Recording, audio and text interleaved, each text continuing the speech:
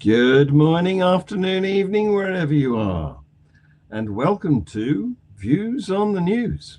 Oh, we want to break free. Yeah. Clergy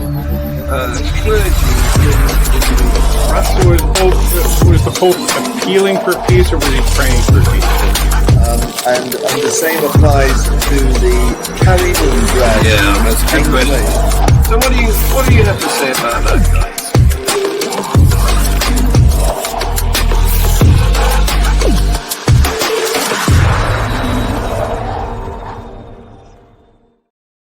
So, Dread Pirate Higgs is with us again today, and we're a day late. I know, because there was all sorts of problems with my connectivity, and I've been arguing and bashing the supplier and complaining, and they're sending an engineer tomorrow.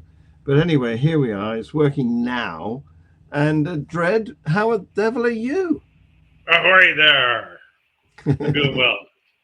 We may be joined later by David, but I know he's traveling between states at the moment, so he could be in traffic. Anyway, it's you and I, so let's go, All shall right. we? Sure. Yeah. So, item number one, your favorite president, Trump. His administration has withdrawn finance to foreign aid. Right. And the faith-based groups that used to spend that government funding say they can't do it. They can't replace the USAID's money on their Right. own. And the trouble with this is, and many of them are religious, by the way, faith-based. And the trouble with this is the most vulnerable people are suffering. The ones who don't have food, the ones that have that are being persecuted, Yeah.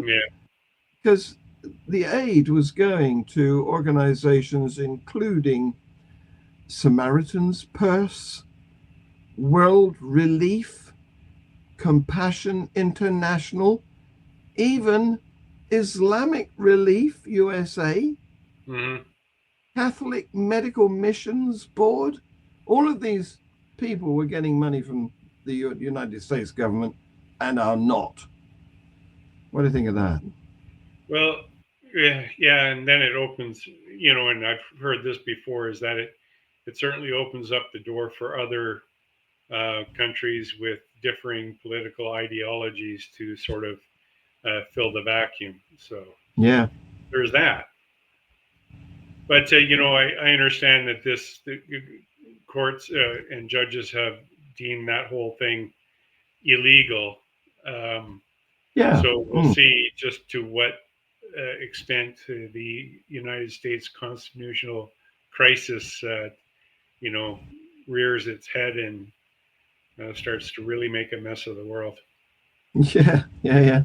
You're right. It's being contested in the courts Yeah. at the moment, but so far, the federal officials say that foreign aid may no longer be in the interests of the U.S. government. How wrong can you be?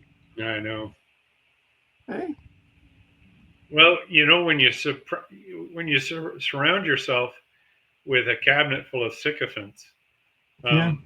and nobody knows anything, and they defer to you always for, your leadership and whatever you happen to know, you're not going to go far. And they can only know apparently as much as Trump knows, and Trump knows nothing. So Yes. there you go. I could disagree with you. I think he knows less than nothing. Yes. Yeah, Dunning-Kruger in its most glaring form, I believe. Yeah. Archetypal Dunning-Kruger. Yeah. Archetypal, exactly. Yeah. So one group that wasn't invited to a meeting where the federal officials led the meeting and explained their new policy, wasn't invited, was the Catholic Relief Services, which were the top recipient of USAID funding between 2013 and 2022. They weren't invited. Is that because they're going to get it through the back door or what? I have no idea. There's no rhyme or Because I reason mean, for it. isn't that? I mean, Trump established a bureau of anti-Christian nonsense, whatever it is, the end to end anti-Christian activities or whatever, a bureau for that. So Last week, last cutting off aid on the one yeah, hand, maybe just an opportunity to supply it on the other, right? last week he was saying they want to bring religion back. Yeah, exactly. Yeah, yeah, And that's why he because established that bureau, right? yeah, because obviously they're the ones who vote for him. But by bring Yeah. religion back, he doesn't mean bring Catholics back or bring Muslims back. Well, it certainly means bring Christians back because that's Well, who's back, evangelicals, right? evangelicals, the Baptists, they're the ones who vote for him. Yeah. Anyway, these poor religious groups weren't willing to speak to the press after this meeting. They were too timid. So they're preparing to publicly voice their frustrations at a prayer vigil for foreign aid on Capitol Hill. So how much good do you think that'll do? As much good as it ever does. There you go. Yeah. Anyway, going way across the world to The great thing, I just got to interject. The great thing about pastafarianism is that yeah. prayer works. If I pray for pasta, I can get pasta. Yes, it's available. It is that simple. Yes, it is available. Yes. Yeah. Anyway, going across the world to, I'm not sure whether Trump would consider China to be an enemy at the moment, because of course he wants to make friends of powerful certainly enemies. the oligarch cabinet wants to make and maintain friendships because that's where they get all their stuff made, right? Yeah, exactly. But it's confusing because he's got these sanctions on with tariffs, So and most of the big American companies, like Apple, for example, where's the iPhone made? China. So Of course. I don't know how that's going to work. Anyway, interestingly, the Chinese think Islam is a mental illness, and they're knocking the mosques down. Take a look at this. Oh, wow.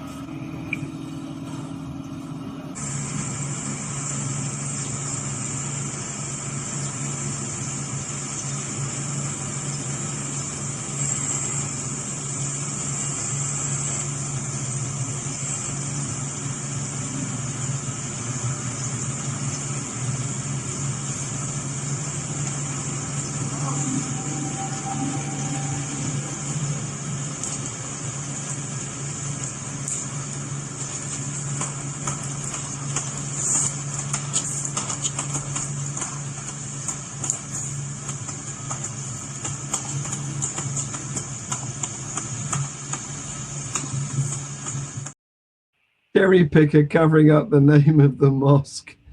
So, right. What do you think? I mean, do they have a point? Is Islam a mental illness? Well, I think they all are. I mean, when you believe in things that aren't true, Yeah, there's a problem. Yeah. but they're not doing it to the other religions. They're just focusing. Under the DSM, right? DSM-5, I think, is the latest one. It is the very definition of delusion is. Yeah, absolutely. I mean, yeah. Directory of mental illness. Yeah. Yeah. Mm. Something DSM. Yeah, we know what you mean. Yeah. Yeah. If David were here, he could tell us. Yeah. So let's go to Syria now, because as you know,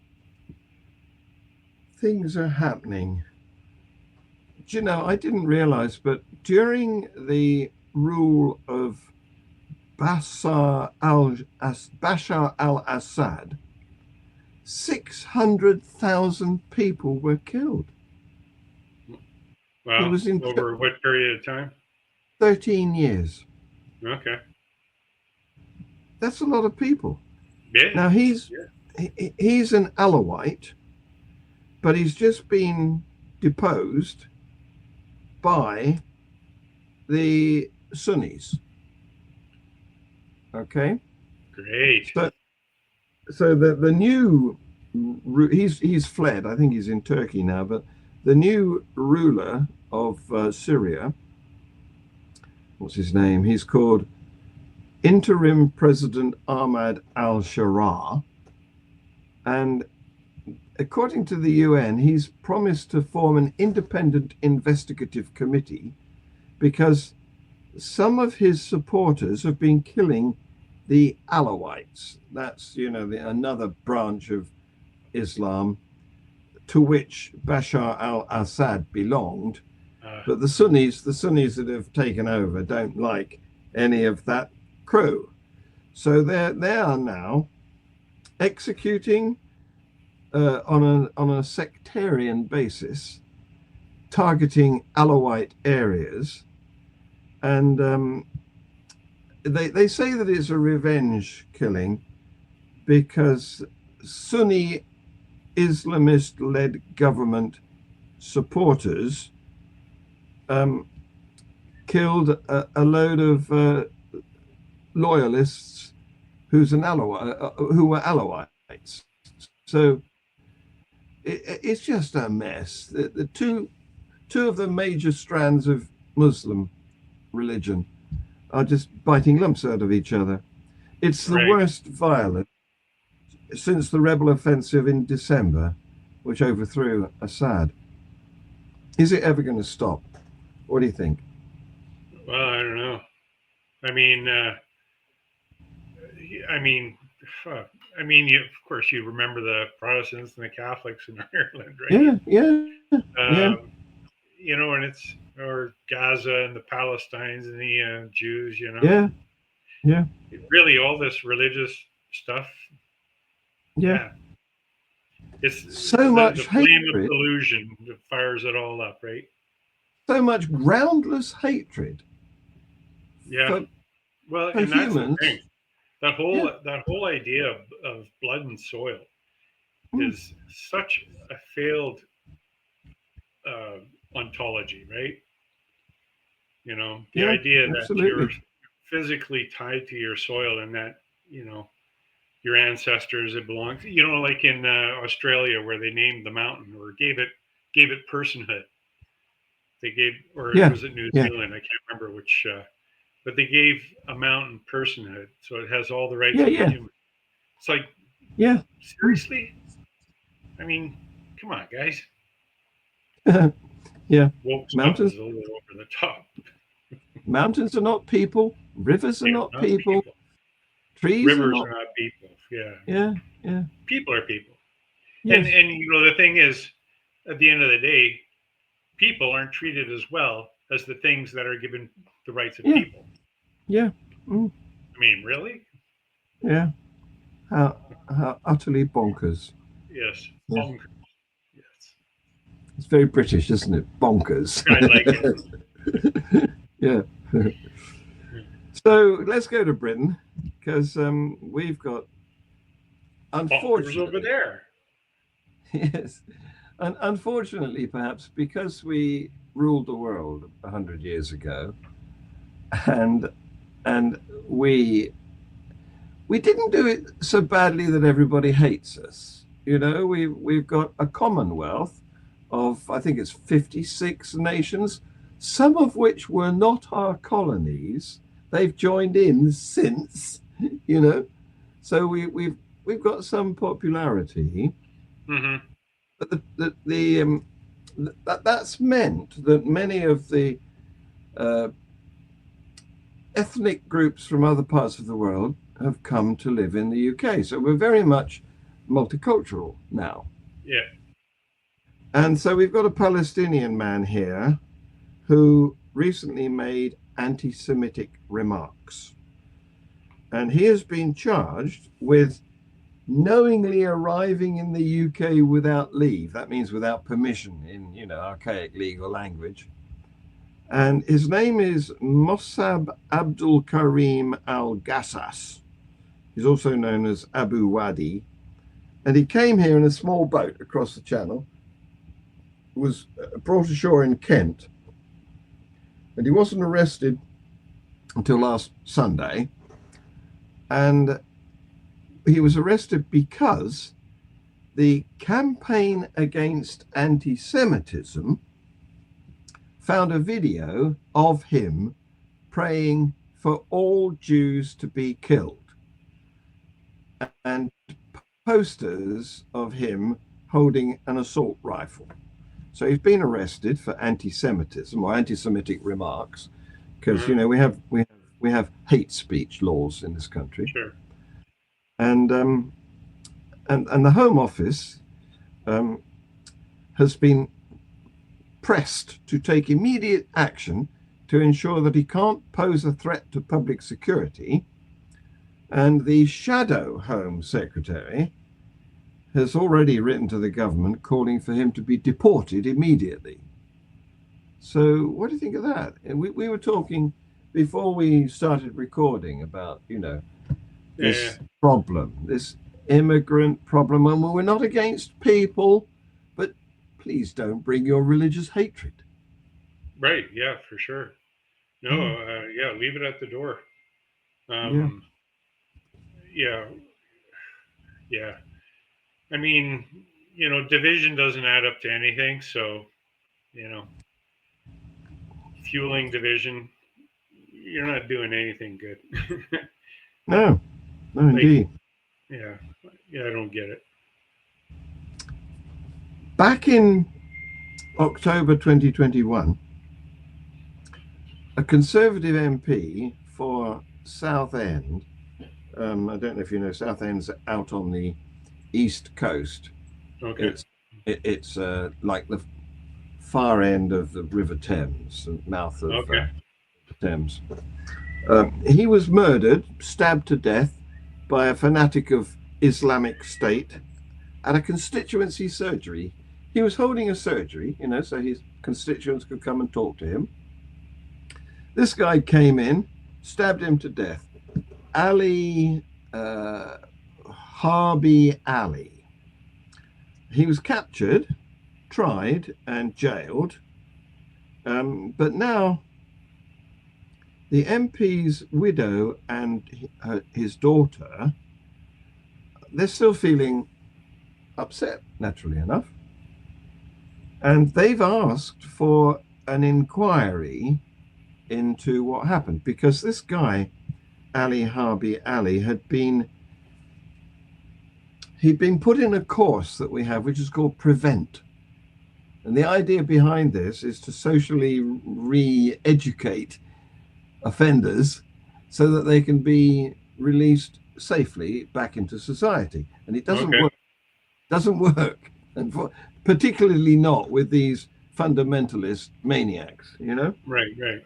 So the Prevent program is now undergoing a review, because he's not the only one who has ostensibly been re-educated, but then went on to murder by stabbing.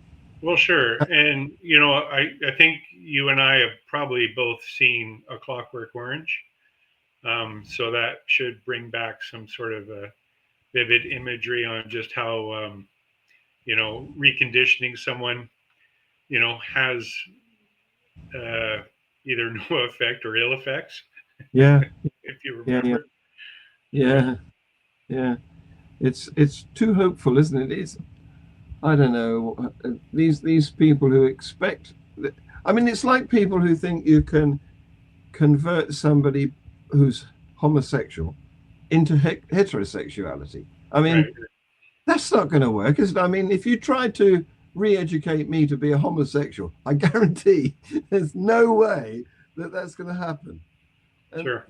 This is the same with these dogmatic fundamentalists. they've got it in their head. They've been brought up to have it in their head, and you can't reprogram them. Right. Anyway, these poor women, the daughter and the widow, wanted to have an inquiry, and it's been turned down.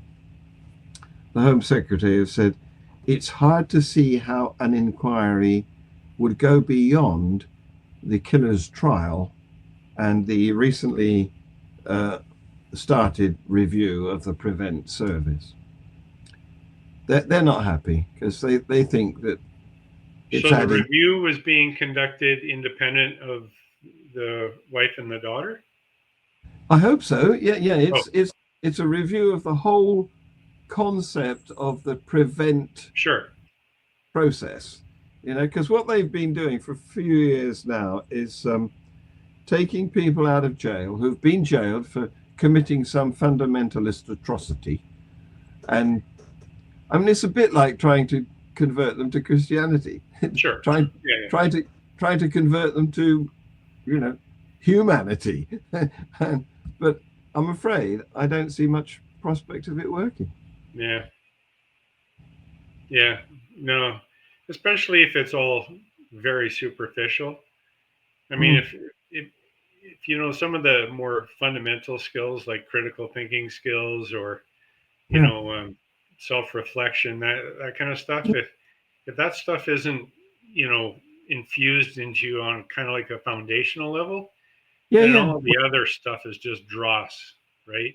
And you can scrape a little bit of that off, but the dust will fall back on it, right? Yeah. It's all about bringing up children to have the right values.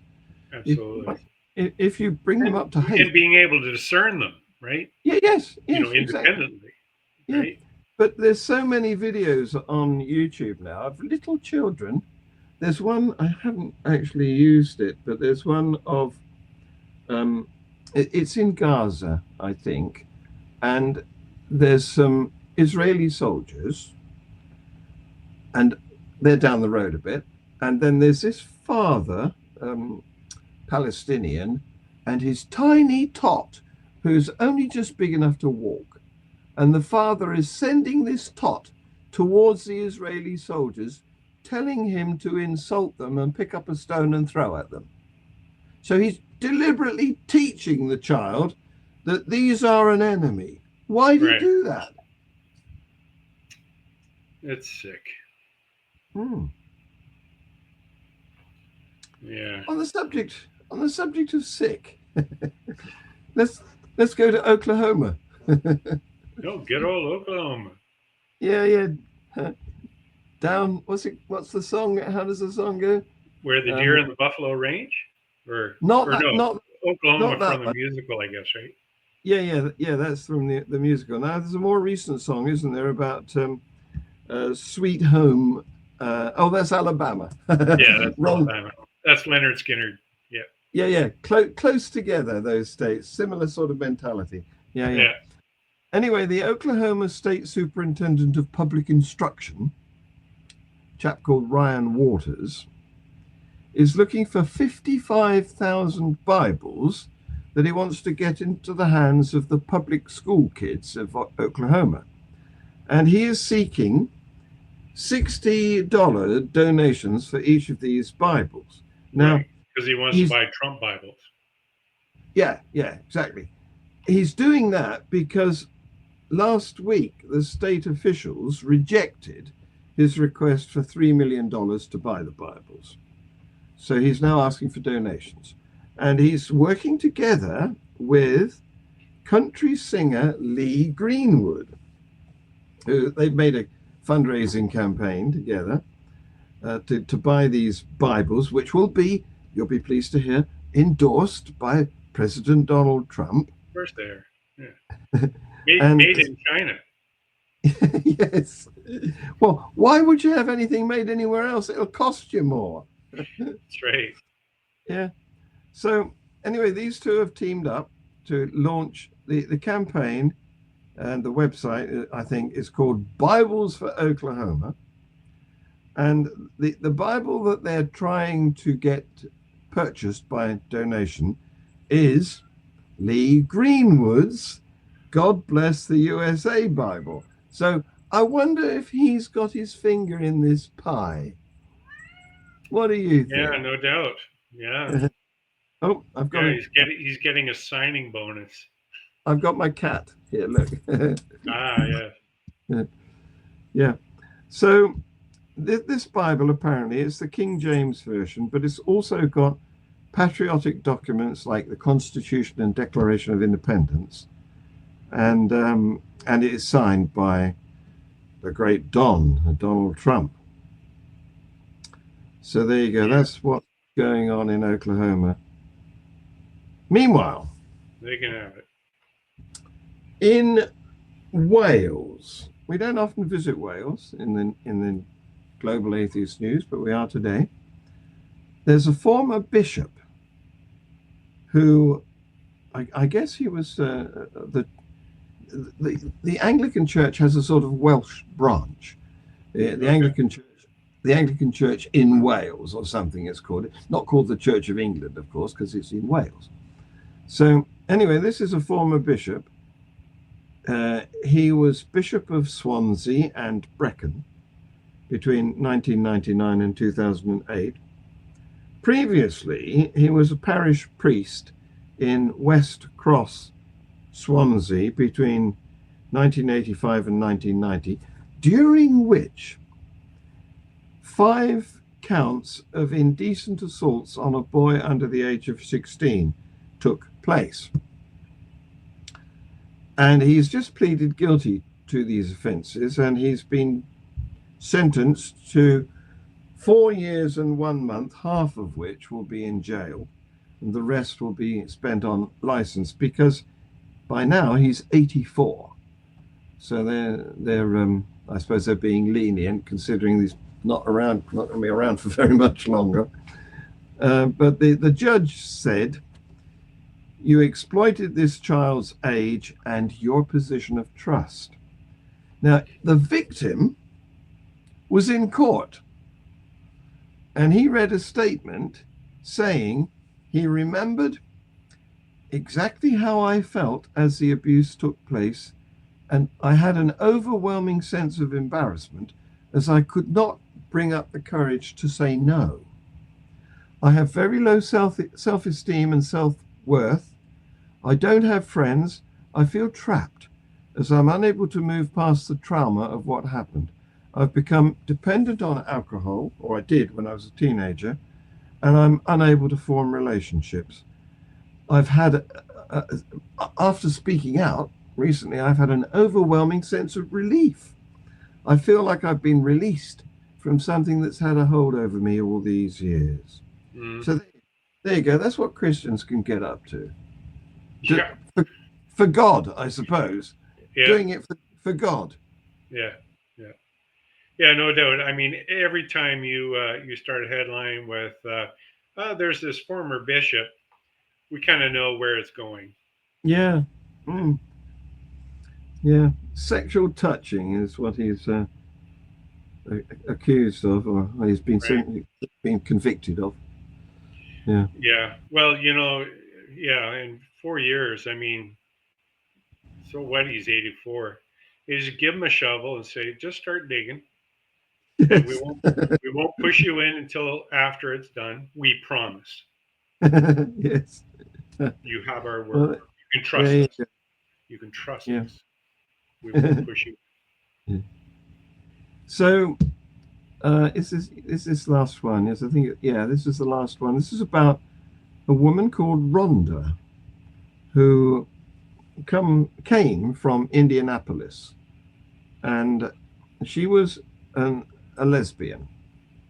So the local church, which was the Church of God, okay, and it was in a town called Anderson in Indiana. They wouldn't marry her and her girlfriend because their position is that marriage is between a man and a woman.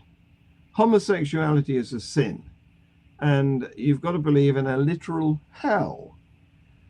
So the reason this is a story now is because there was one pastor, name of Ryan Carroll, who he wouldn't marry her, but he did baptize her publicly in a horse trough in 2014.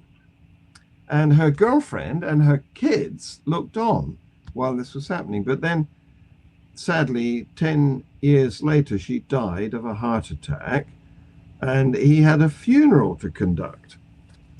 And that was about a year ago, so it's the anniversary of that funeral. And he is now mourning the death of his friend, because he looks back at the messages that they shared, and when they talked about how church should be a place for all people, a place where everyone can belong.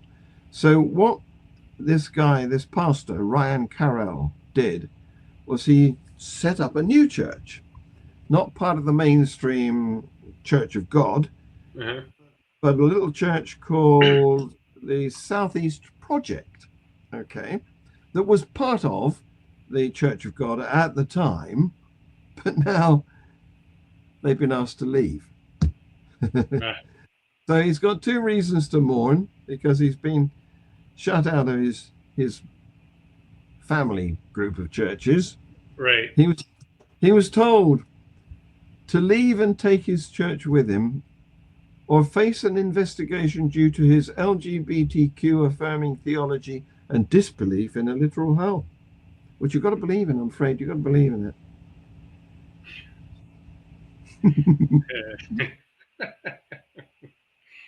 Oh, it's a crazy world.